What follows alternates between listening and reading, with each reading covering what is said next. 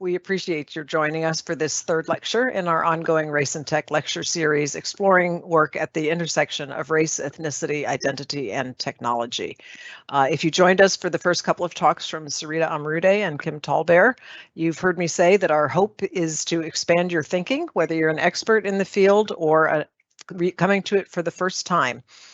We hope that we're going to bring you some joy and excitement, but it's inevitable in a topic that goes to the heart of power relations as race does, that some might find themselves upset or uncomfortable. And we encourage you to embrace that discomfort and lean on in to learn more. If you missed those lectures, your registration for this one will give you access to the recording of those two talks. Today, we are really fortunate to hear from Charlton McIlwain of New York University, who, along with me, Hannah Wallach, and Chris Morris, has been one of the organizers of this lecture series, for which we are particularly grateful. In his day jobs, Dr. McIlwain is a professor of media, culture, and communication at NYU's Steinhardt School of Culture, Education, and Human Development, and he also serves as NYU's Vice Provost for Faculty Engagement and Development. He's also the founder of the Center for Critical Race and Digital Studies, which brings together scholars from multiple institutions who produce cutting-edge research illuminating the way that race, ethnicity, and identity shape and are shaped by digital technologies.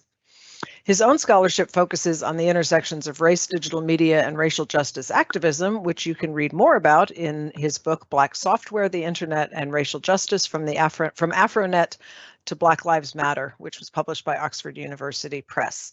It's a great book. He'll be telling us more about it today. Please join me in welcoming Charlton McIlwain. Computing Technology as Racial Infrastructure, a History of the Present, a Blueprint for Black Futures. I want to start by giving you a little bit of a background about where I have been, where my mind has been, the research that I have been doing that really frames the context for today's talk.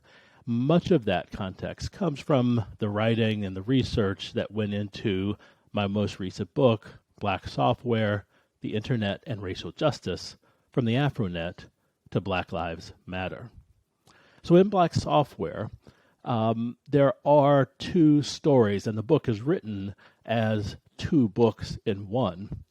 That first book focuses on a very specific story that covers a period of time from about the early 1980s, maybe even the late 70s, up through the end of the 90s.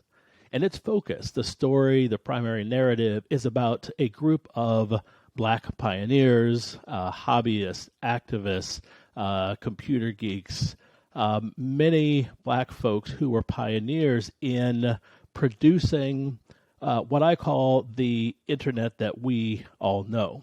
And so when we think about today's Internet and the digital technology that powers it, we think about the innovations of Black people, Black actors, in and from varying spheres across technology, across the social landscape, who in the 80s and largely the 90s really seized this technology to do some pretty amazing things. And in fact, there was a title of a chapter in an early version of the book that I titled, Remember When the Internet Was Black. And it had a lot to do with this particular story that I tell in the first part of Black Software, which is the ways in which Black people and Black culture powered the Internet and the formation of the Internet as we know it, primarily in the early 90s and through the end of the 90s.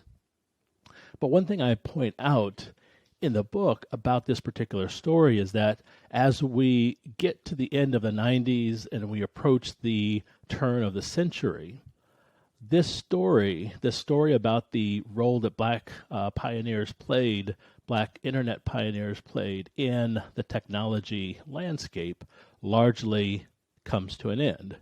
The entrepreneurs, the folks who were really doing a lot to push new software, new online communities, really producing the culture that formed the foundation for the Internet and the Internet's popularity.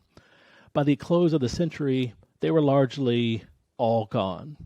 And Black Americans were largely left out, at least economically, from profiting in and building the future of the internet in many respects. And so I mention that to say that when we come to that particular end, there was a sense when I was writing the book that that end seemed a bit inevitable. And it seemed inevitable because of what ultimately became the second part of the book, Book 2, which was a longer history about the relationship between African Americans and computing. If my initial assumptions were that Black folks and the story about their relationship to technology doesn't stop in the 1990s with the dawn of the internet, but goes even further back here to the 1970s in the story of Will Morrell, what happens if I look further back into that turbulent decade of the 1960s? What would I find? This was a question that seems in many ways nonsensical, perhaps, but there was nothing at the time in the literature that would have pointed us in this direction.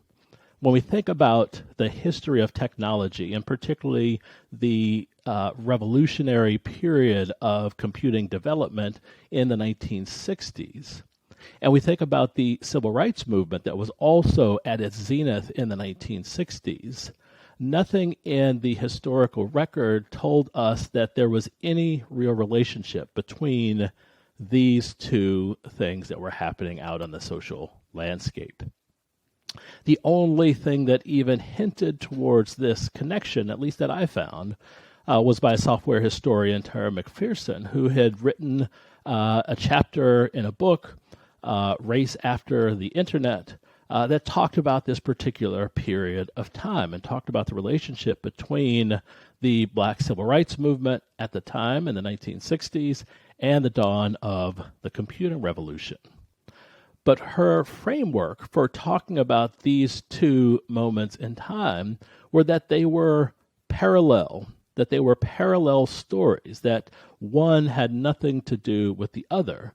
And so the point that she made was that the two movements, one in computing technology, the other in civil rights, shared a similar logic, a similar racial logic. But this was the only way in which these two movements were tied together. And there was no suggestion that there was any interplay, intersection, let alone any specific relationship between the civil rights movement on the one hand and the rise of computing on the other. And so it's against this backdrop, this context about Black software and the research that went into it, that I start this talk with a couple of assertions. Another way to say this is this statement here, a very different way, a supporting way, a slightly different way of repeating the argument in the prior slide. That is that modern computing technology is the infrastructure on which racism, a system of institutions that automates the distribution of advantage and disadvantage, privilege and power along racial lines, flourishes. So let's talk about some of the wording here as well before we get into the meat of the talk, because this helps to frame and contextualize where I come from in terms of defining some very key concepts. Here, particularly the idea of racism and what constitutes racism. And as I said before, racism for me is never about individual prejudices or ways of thinking, etc. It's always about systems, about institutions, about structures. And so for me, racism is a system of institutions, and what those institutions do in essence is automate. That is, that it produces without an identifiable motive or without the identifiable individual or set of individuals that might be ready at hand for us to talk about in terms of responsibility or culpability or things of that nature. And so these institutions automate the distribution of advantage and disadvantage, of privilege and power along racial lines. And so the assertion here is that modern computing technology becomes the infrastructure in which this system of racism is allowed to persist and flourish. So let's get into this history of the present, as I suggest in the title. Where does that begin? For me, it often begins with this story, one that many of you are likely familiar with. This is a report from The Intercept, an investigative news outlet from 2018. So just 2 or 3 years ago, came out with this investigative report that revealed what's in the headline here. That is that IBM used NYPD surveillance footage to develop technology that lets police search by skin color. So this particular story caught my attention for many reasons. But number one, of course, was the fact of what it is that they found. That is that NYPD was sharing its surveillance system, the footage from all the cameras that are located throughout the city that captures what's going on across the city and what people are doing, so on and so forth. And that IBM's intention was to build a system, an automated system that allows folks, the law enforcement community, to search for criminal suspects based on skin color. So the first kind of bombshell that the report reveals is that this is happening and that there are many disturbing things that are very clear in simply what was being built and the intentions both of IBM and the NYPD.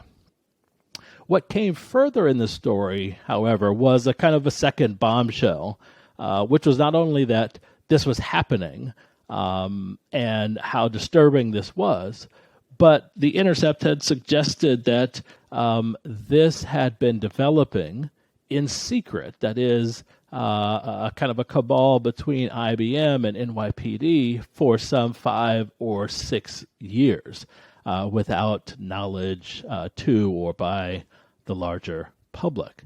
And I remember reading the story and remember reading that particular point and thinking in my mind that the journalists, for all of the fascination about the report and what was revealed, really, in many respects, missed the story, had buried the lead, because to me, having gone through, of course, the research and writing for Black Software, said to myself, this was not a 5-year story, a 6-year story. This was a 50-year one, not only in terms of the relationship between technology and race generally, but between IBM and the NYPD, a story that goes back decades. And so when I saw this story, what came to my mind is a way in which our present is not only informed by history, but the ways in which our present is misunderstood because we do not know our history. And when we talk about our history, I'm talking about that history in which race, racism, civil rights, and racial justice struggles are intimately and were intimately intertwined with the dawn of the revolution of the development of computing technology from the 1960s and beyond. And so this is the crux of what it is I want to talk about today, which is to allow us to think through and think about history and to impress on all of us the need to think about the historical development of race and technology as a precursor to, as a precondition for thinking about how we might take steps to advance towards a very different future.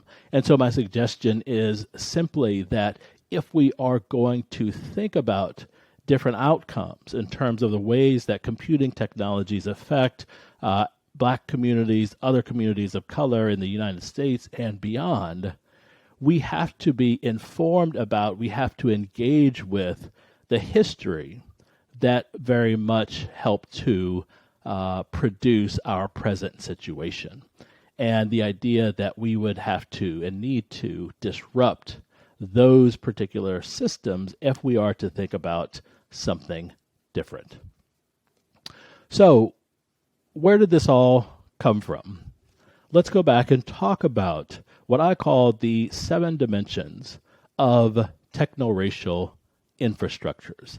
And again, my interest today is to help you to sort of walk you through a particular history, to try to understand a bit about the formation, the way in which civil rights and race and issues of racial justice and those about computing technology really first fused together. How did we come to think about these two things as something that fit together, something that stories that crossed paths, people who crossed paths, situations that were intimately intertwined to produce our technology situation with respect to race and racial justice today? How did this all begin, simply? And so what I want to walk you through are these 7 dimensions, which I'll describe individually very briefly, and then try to demonstrate to you the ways in which these played out over a very short history of time, relatively.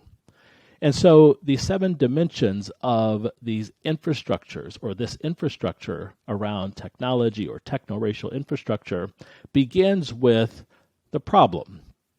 And if you don't hear anything else I say today, the most important thing and most important element or dimension of this infrastructure begins with the problem. That is, identifying, articulating, and framing what problem our technology is meant to solve.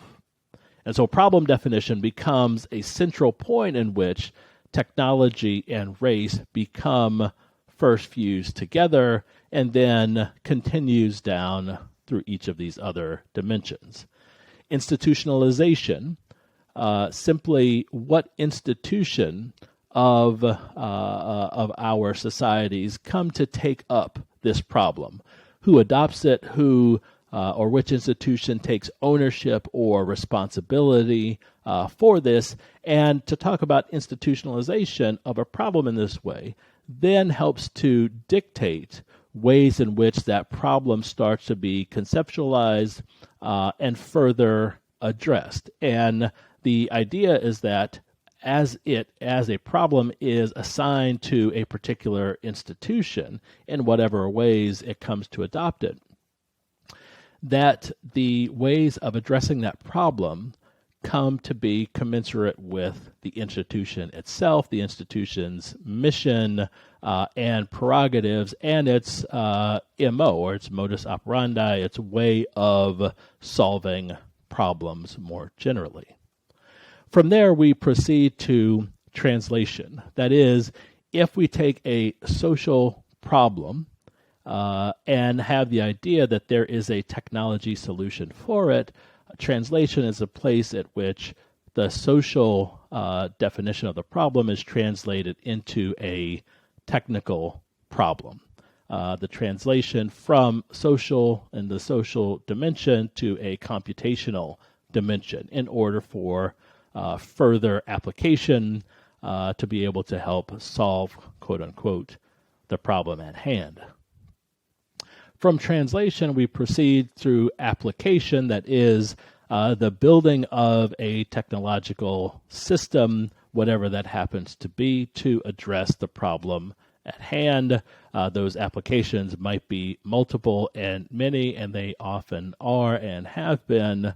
But these are ways in which then a solution, if we want to call them emerges a technological solution that is applied to the problem, and then we begin to see its results. From application, we move to scaling. That is, we've applied it, we've built the solution. If the solution works, we scale. And sometimes I've hedged about sort of adding in an eighth dimension of prototyping, which is, here's a model, let's see if it works. But in many respects, when we think about the history of technoracial technology, technoracial systems or infrastructures, there wasn't really a sense in which there was a prototype, there was an application, and the built-in assumption that the application by nature, by definition, was going to work. And so we move simply from application to scaling, that is the proliferation of these applications to a greater scale, number, reach, etc. Then from there, we see multiple types of reapplications, innovations of applications that are meant to supplement different versions of the problem that crop up over a period of time. And then we end with ubiquity, and that is the sense in which these applications of varying kinds simply become part of that infrastructure, that system that helps to support a system of white supremacy, system of racism, but becomes so ubiquitous that it's not seen, it's not questioned, it's not investigated, and certainly there is no thought of changing it. And so what I want to do for the next few minutes is to walk you through a demonstration of how this set of 7 dimensions played out in the context of our first foray into this connection between race and technology in the 1960s and up through the early 1970s 's primarily, and then of course with some thought to how it proceeds beyond. So we begin with the problem. And as I mentioned earlier, this is really where the rubber meets the road, so to speak. This is where everything begins and ends, both in terms of how we ignite certain systems or begin to develop them, as well as we'll talk about a little bit later, how we might think about changing these systems and putting these systems on a course for a very different future. But all of that starts with the problem. And in many respects, of course, technology is a problem-driven concept. It is inherently problem-driven. And in many respects, that is and was reflected in the mission of a tech company that had an outsized role to play at this particular time in the early 1960s in terms of the fusion of technology, computing technology, and race. And so I think helps us to understand the ways in which we're thinking about problems as a precursor to, or as the thing that first sets off the building, the development of this techno-racial infrastructure. So IBM is interesting in this story, and there's many, many things that we could say about the role of IBM, but I think there are many ways in which IBM's president at the time, Tom Watson Jr., had infused within the mission of the company a way that we would come to think about technology writ large, and certainly technology in the scope of thinking about race and issues of racial justice, and thinking about the ways in which African Americans, Black people, other people of color become the objects in which technology has, or on which technology has devastating effects throughout history. All of that, in many respects, begins with this idea of problems, how they are defined, and the role that problems play in the shaping of addressing those problems and the infrastructures that stem from them. So the company's mission, as Watson articulated, was to solve problems as they may exist in business and science, defense, education, medicine, space, exploration, and other areas. And so IBM was an interesting company, particularly in the 1960s or late 50s, 1960s. In many respects, we could say that IBM was a tech company. We could say it was a computing company. But in many respects, we could also say that they were a marketing company. And that goes to the way that the mission of the company really played out. What do I mean by that? I mean simply that IBM didn't simply make computers and computing technology and say, hey, we've built something, there are consumers out there, come purchase it and use it. Their approach was to go industry by industry, business by business, institution by institution, and say, what problem do you want to solve? And that became the lead-in, the connection. And as institutions, as companies, as organizations articulated their problems, IBM saw it as their role to then articulate what those technical or technology solutions could be. And so in this way, the company not only helped to address problems, they helped to shape, define, and frame them. And one way in which this played out was in the context of Watts. The Watts Revolt, the Watts Uprisings, what many institutional actors in government and elsewhere refer to as the Watts Riots of 1965. August 11th through 16th, this played out. In many respects, we could talk about the Watts Riots simply by having all of us remember what's played out on the streets of the U.S. and even beyond over the last several years in places like Ferguson and places like Baltimore, where there have been uprisings specifically that have come about over the problem of police brutality and the ways in which racial discrimination runs rampant in the policing of Black and brown communities. Watts played out in much the same way. A city, south central Los Angeles neighborhood that for years had been plagued by police brutality. And so the incidences of Watts were spurred by another incidence of this kind of brutality of white police officers against Black citizens, the Black citizens of Watts. And we can see here familiar scenes that are eerily, again, familiar.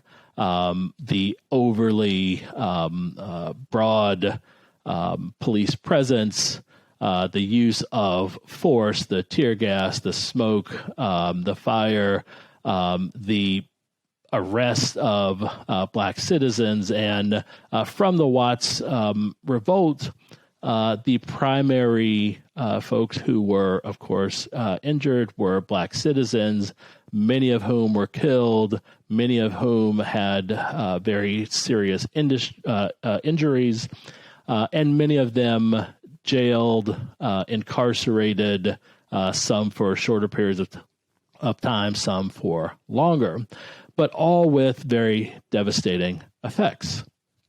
So what does the Watts Uprising have to do with the start of this techno-racial infrastructure that I talk about? What does it have to do with the idea of identifying and shaping problems?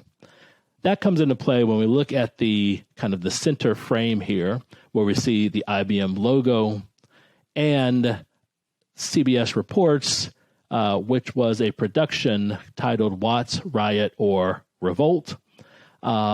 This was a production, a documentary, if you will, of the Watts uprisings.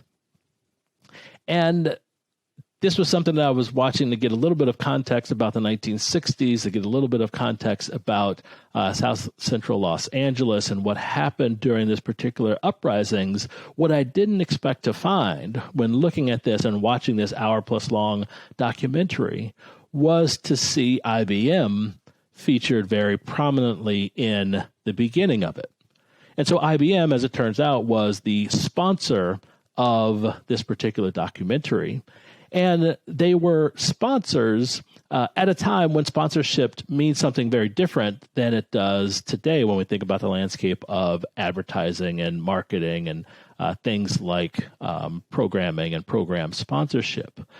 IBM sponsored this particular television production at a time when to sponsor a production like this meant very likely that they called for the production itself, and if they did not, that they likely shaped the way in which the programming was framed. That is, dictated a lot about its focus, so on and so forth.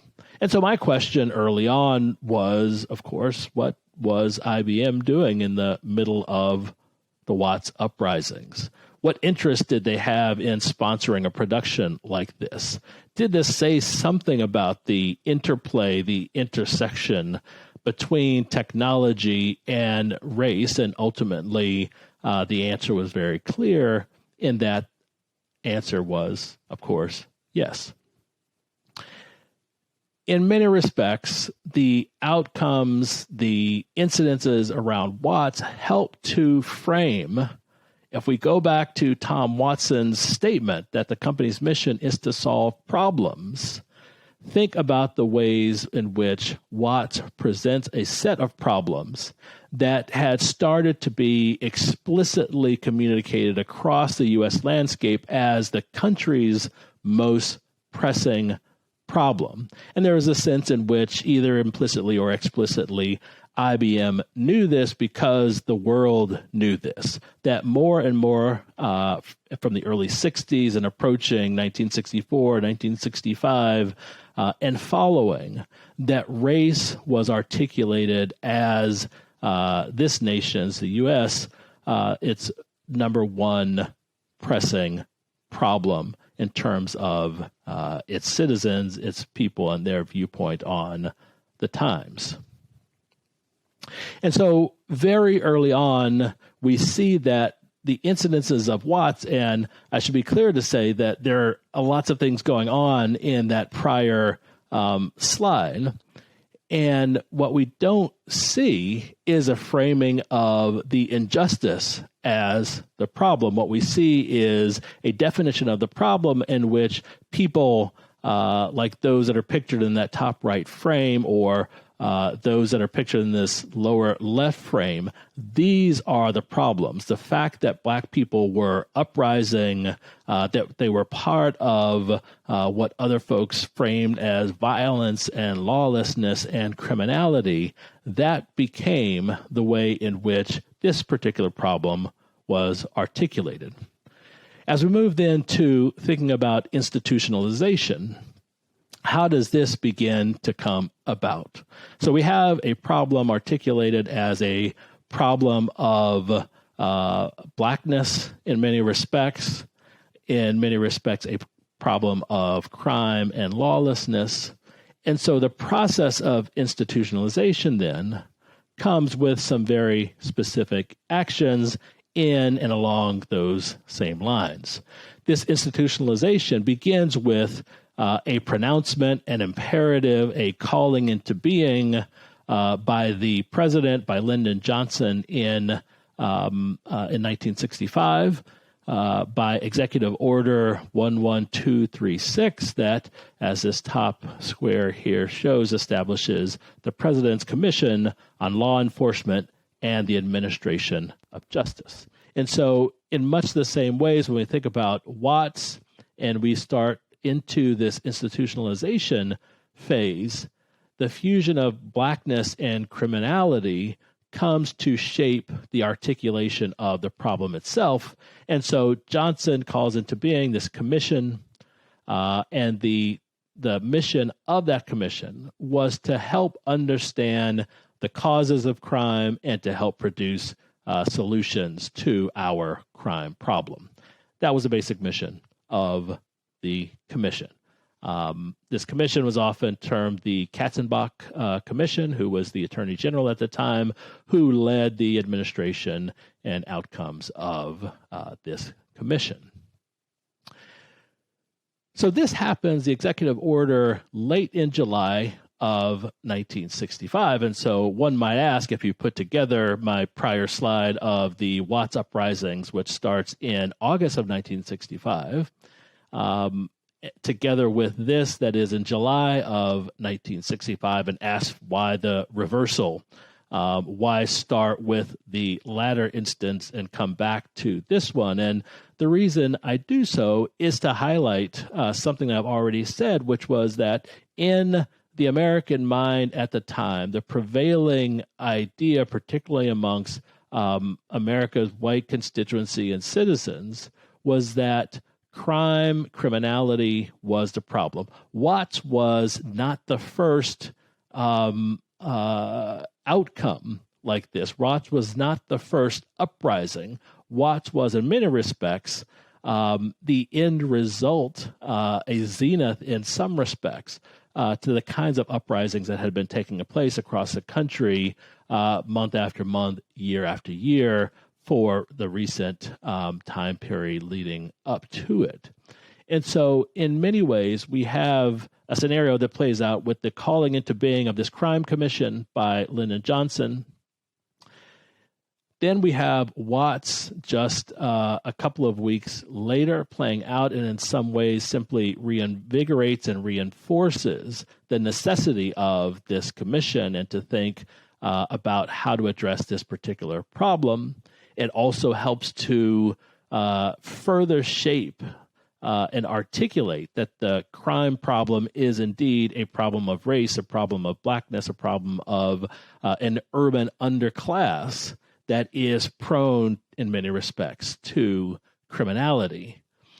And then what that stimulates is an extension of the commission that takes place in the next year, in the spring of 1966, with the addition of a science and technology task force. And this was in many ways the crown jewel of this commission. It's what the president and Katzenbach and others held out so much promise for, and that was the ways in which computing technology could be used to help solve the crime problem. And that was the mission of this new science and technology task force. And you can see in this slide to the right some of the things that were imperatives that were part of the mission of this task force. Identify the ways and problems about crime that technology was particularly suited to solve, so on and so forth.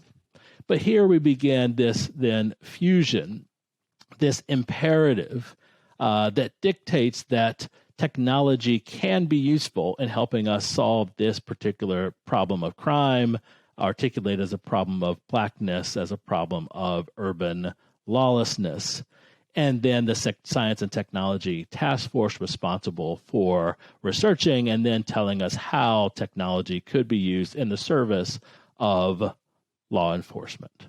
And so that's where we have then the institutionalization, the association of or responsibility of this problem given over to the law enforcement community, to criminal justice, to policing in ways that we will see.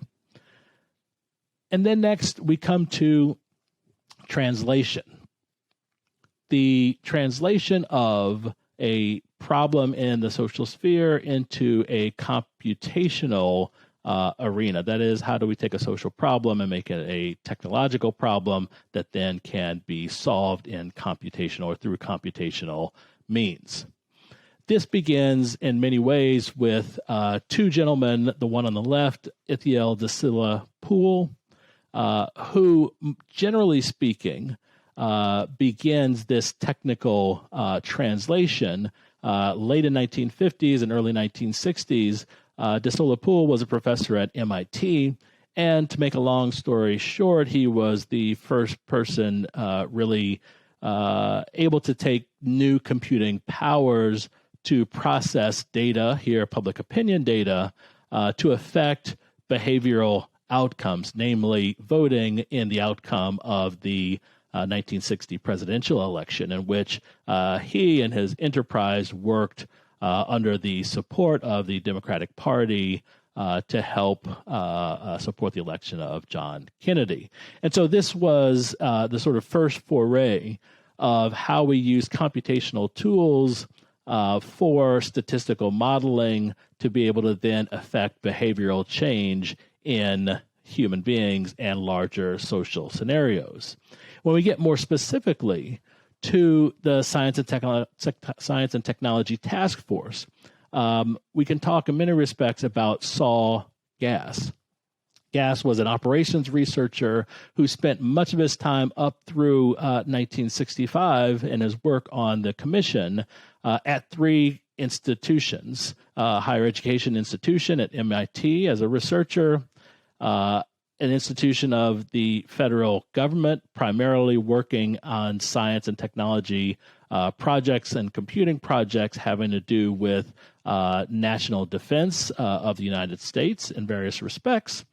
And then Saul also worked for IBM as a researcher, as an operations researcher, and so forth. And at the time of the commission's founding, Saul Gass was essentially running all of IBM's federal government projects, so on and so forth. And so this translation began with Pool trying to understand and conceptualize the problem itself, which you see in the left part of the slide here, that begins with certain premises and goes on through a particular rationale about policing, the problems of policing, and the ways in which technology or computational systems could enhance policing and policing practice. And so it begins with the idea that what we want to do is to reduce crime, that reducing crime hinges on deterring crime, and that deterrent factor really is a function of policing.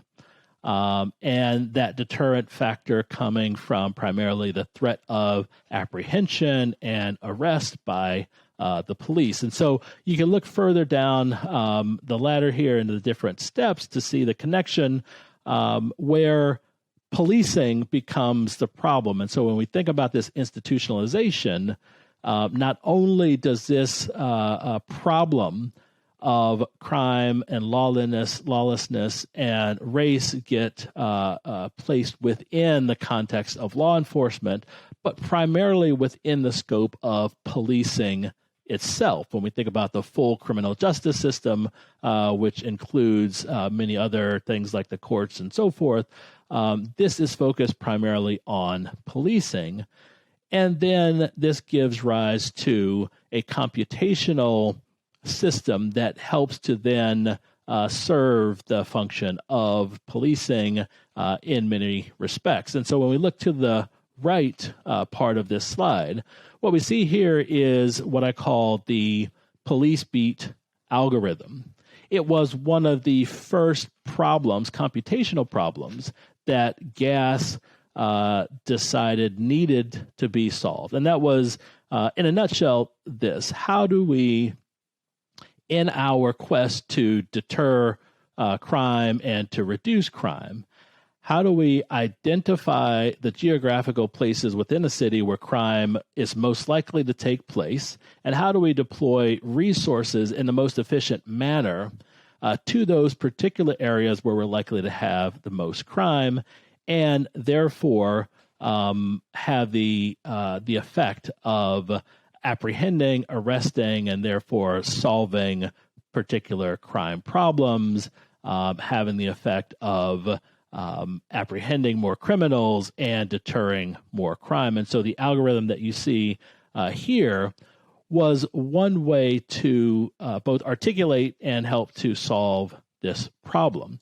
And so we can disregard some of the computational aspects of it and look at some of the inputs in terms of the algorithms here, the number of beats to be assigned. So how many beats are we going to distribute police among in a given city?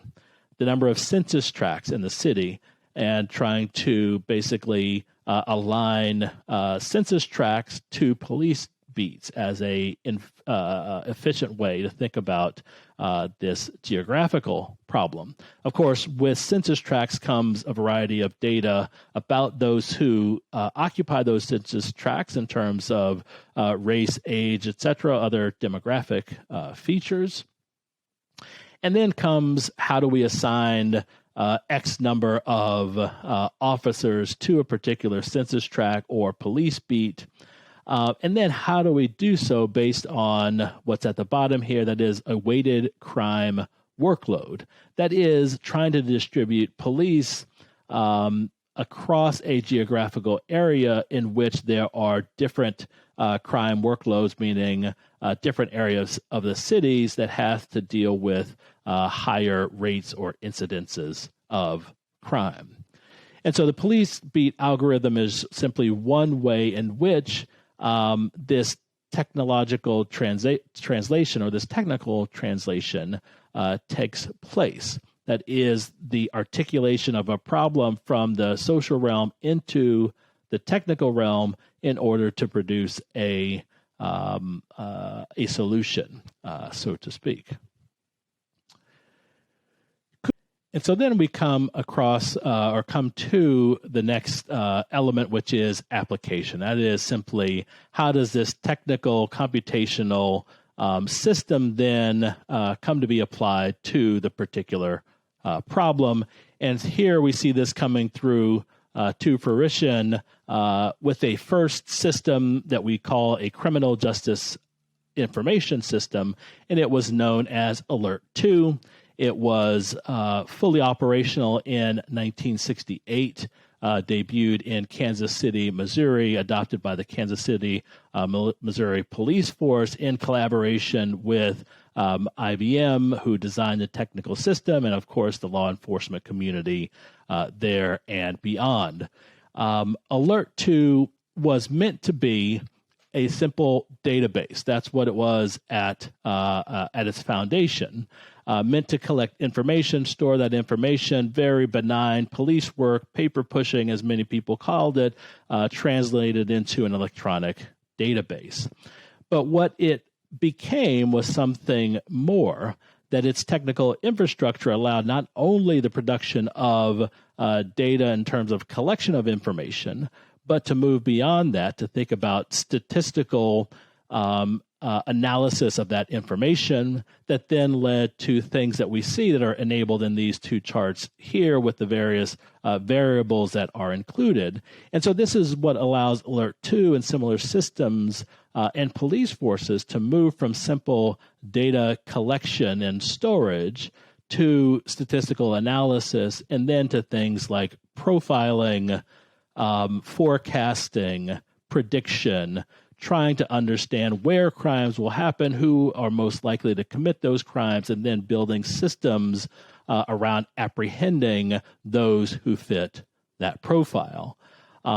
And very quickly, we see the outcomes of that in one of Kansas City, Missouri's first operations that utilized the full capabilities of Alert 2 in Operation Robbery Control. And long story short, we can see that blue dot on the screen in the image on the right, which is the place where the police department set up, and all of its data and information told them that the area of concern was that to the right, the darkest squares that contained the largest concentrations, as it was, of African Americans in particular and other people of color. And so what ends up being the case is that the technology that gets built, Alert 2, ends up being, in many respects, a self-fulfilling prophecy. That is, building in a technical system, the technological system of police profiling,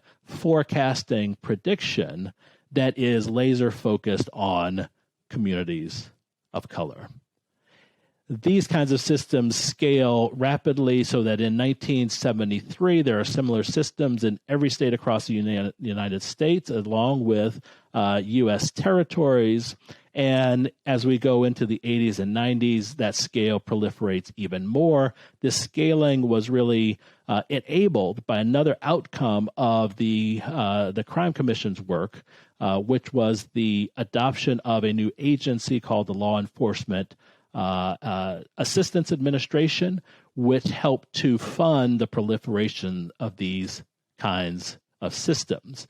Systems that you can see in these charts that really captured, processed, analyzed, and made use of a variety of data captured by these networked systems.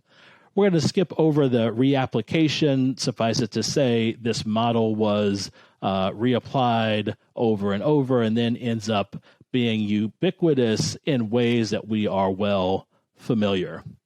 We see in the stories here in these headlines things that we're all familiar with now, all of which, in my estimation and argument, are a straight line link to those systems and infrastructures being first built in the 1960s. And so with the last minute or so that we have left, I want to pose this question: what can we do to pursue different technology futures? And I think the answer to that comes in two respects. Number one, that we have to focus on a particular elements of this infrastructure, and that is primarily looking at how we identify and articulate problems and the ways in which we institutionalize those problems and framings of those problems. If we're going to disrupt the status quo, that is where we must focus. I think more importantly, however, we've got to ask different questions. That is, we've got to be able to articulate different questions that summon our technology in different ways than what we have done with the past.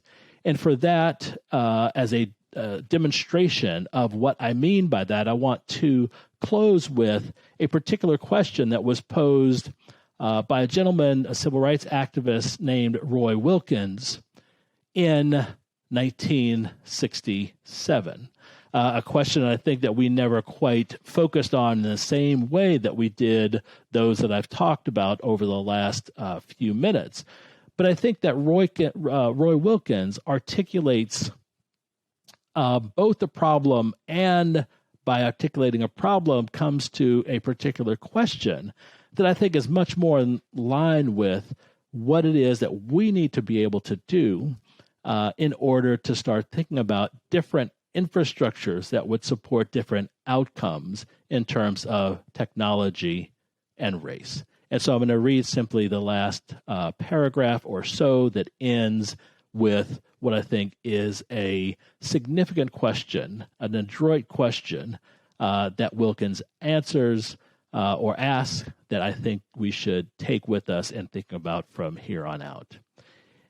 Wilkins talks about the 1967 riots, what is termed the long, hot summer, where the incidences like Watts played out over and over and over again, city after city. The psychological children, he says, of this treatment are the 1967 rioters, near non-riotous supporters. After the computer, and here is where he begins the question, after the computer has defined on tape the ideal Holstein, could it then turn its impersonal, unprejudiced magic upon our agonizing race problem? Could it not, after digesting the facts fogged over for so long, give us an outline of our obligations? Instead of being a measure of the Negro's lag, cannot the computer become a guidepost to interracial justice and peace? If we think about techno-racial infrastructures and the outcomes that they have produced and that we see all around us today, all of that proceeds from the articulation of a first problem. Questions that we asked of our original computer systems, which were, how can we use technology to solve this crime problem, this race problem, this black problem? if we are going to see different outcomes, we need to build a different infrastructure, one that begins with a different set of questions that are much more consistent with and in line with those that Wilkins articulated here. Thank you. Thank you so much, Charlton. That was great. Thank you. We have a bunch of questions. You've seen and responded to some of them. If folks have other questions, it's not too late to pop them into the Q&A, and I'm sorry if we're not going to be able to get to all of them. One of the questions that came up right away was the question of whether you believe that bringing up color is causing a lot of tension around the country, and if so, whether we should even mention, and the person uses quotes around color, whether we should even mention color in our social justice reform. What's your take on that? Yeah, it's a great question that I think often comes up. And I like to say that I don't think the problem is mentioning color per se, because I think the construct of race, the concept of color and so forth is so embedded in the structure and systems that we are all familiar with. And so I think that is part of essentially who we are and how we operate. The problem is it's really about how we operationalize those, and the fact that the way that we frame issues around color, around race, and so forth are problematic and lead to very differential outcomes in terms of folks from different communities and different groups. And so, while there is a sense in which talking about color obviously puts that as part of the same agenda, I think it is precisely the means by which we need to engage those constructs if we are to think about something different or think about different outcomes. So I think, by not talking about it, we simply build more distance that allows more of what has already happened for so many years to continue to take place. Thank you. There were some comments about IBM, and both about Edwin Black's tenure and the collaborations with the German National Socialist Party to tabulate Jewish Germans, and also about it's not just being IBM where these kinds of things have happened. Do you want to speak to that? Yeah, and part of these stories I do chronicle in the book in Black Software, particularly IBM's engagement with and support of the Nazi regime in terms of their tabulation machines, did the same similar things in supporting apartheid in South Africa, similar things in Brazil and other parts of the global South. So that story is, I think, a fairly well-known one, and I think speaks to, again, the kind of the birth and infrastructure of computing that was led by and headed by these dominant corporations that had particular views about race and the existing racial order that they were part of sustaining in very explicit ways, both directly and by virtue of the companies and the societies and governments and so forth that they built tools to support. I think, I focus a lot on IBM because of the nature of the book itself and the sort of narrative, and it gave a lot of fodder to really go deep in talking about and trying to demonstrate how these infrastructures are built, and done so in a way that I think was most effective by focusing on one than focusing on many. But the folks who commented are right. One of the advantages of thinking about infrastructure is that while it's often not visible, when we do peel away those blinders and go to investigate, you start to see that there are so many people, companies, institutions that are implicated in the outcomes that are supported. And that is certainly true when we look at the technology dimension.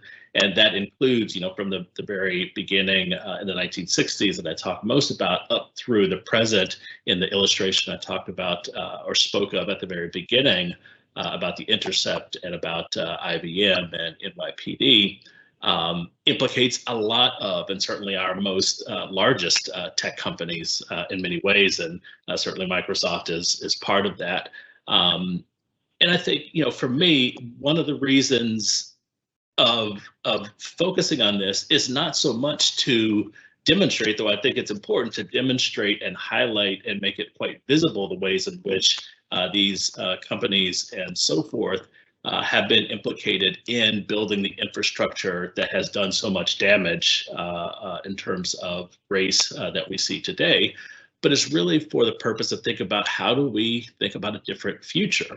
And in some ways, how do we try to get some of these companies on board to thinking about it, understanding, and able to visualize a different future that they can also be a part of bringing to bear.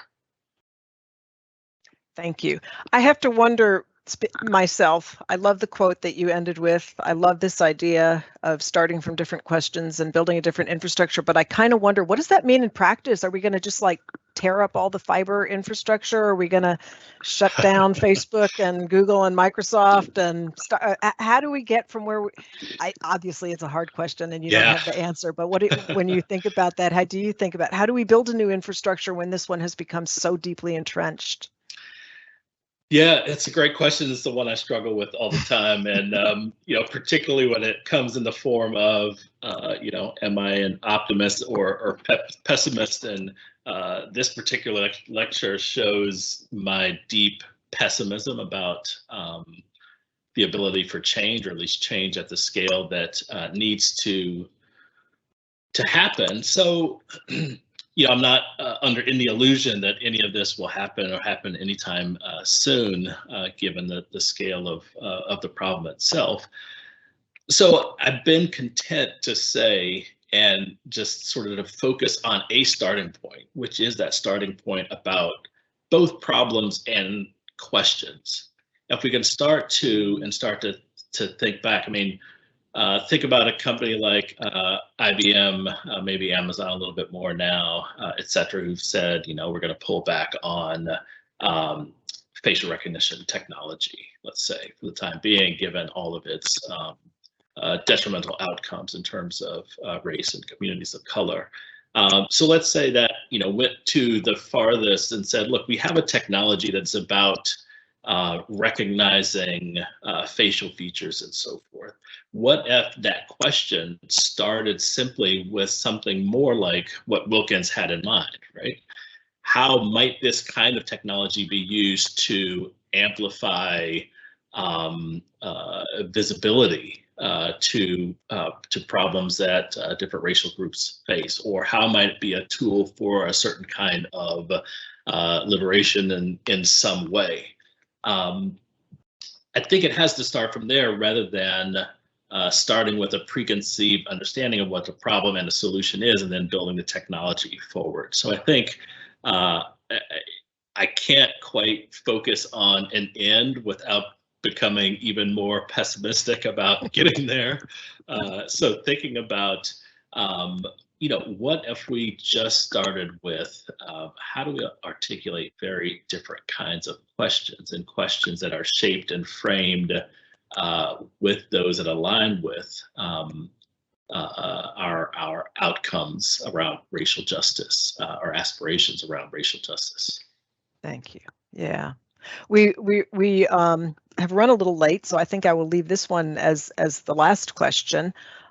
Somebody has commented, I'll read the praise first so you can hear it. I love this analysis in the book. It's marvelous. And I like the assertion that seeking different futures requires reconsidering the way problems are framed and how those problem solution pairs get institutionalized.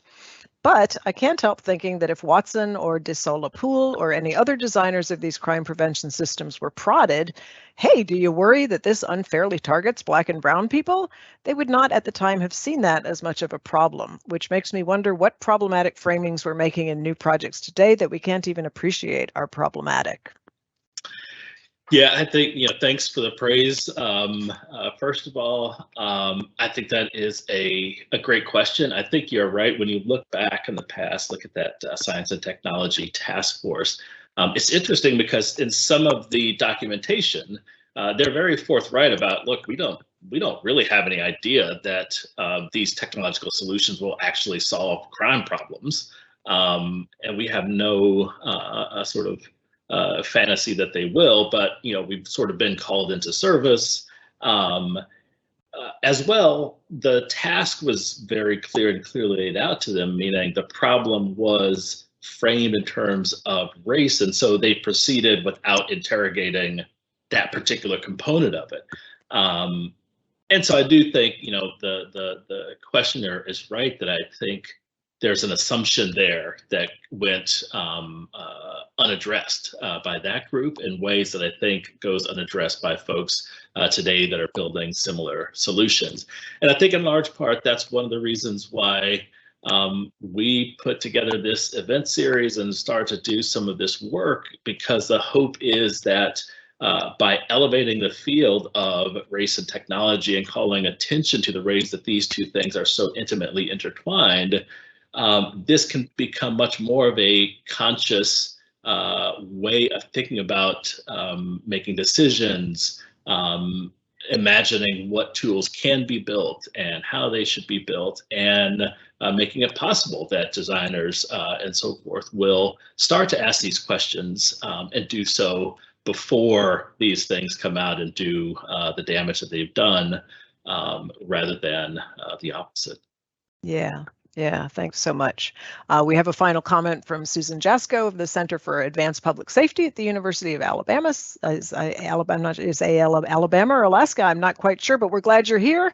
Saying it sounds as though we need workshops about how to ask these other questions for people in resource allocation, decision-making positions. Great talk. And I got to say, yes, if we're stimulating you to get workshops going to think about these questions more deeply and ask what questions we need to be asking, then that's just what we're out to do. So I want to thank you, Charlton. This has been a wonderful talk. Thank you, everybody who was here and asked questions. And thank you especially for putting up with us through our glitches at the start and sticking around a little longer.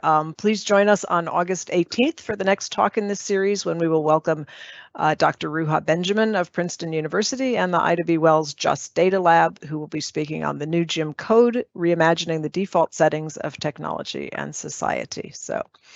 And a reminder again that all of these talks are available on our YouTube channel. And if you registered for this talk, which you did because you're here, you should get an email letting you know where to find them. And that includes also talks that have passed. So share the wealth, let people know. Thank you. We really appreciate your being here and asking questions, even when they're hard.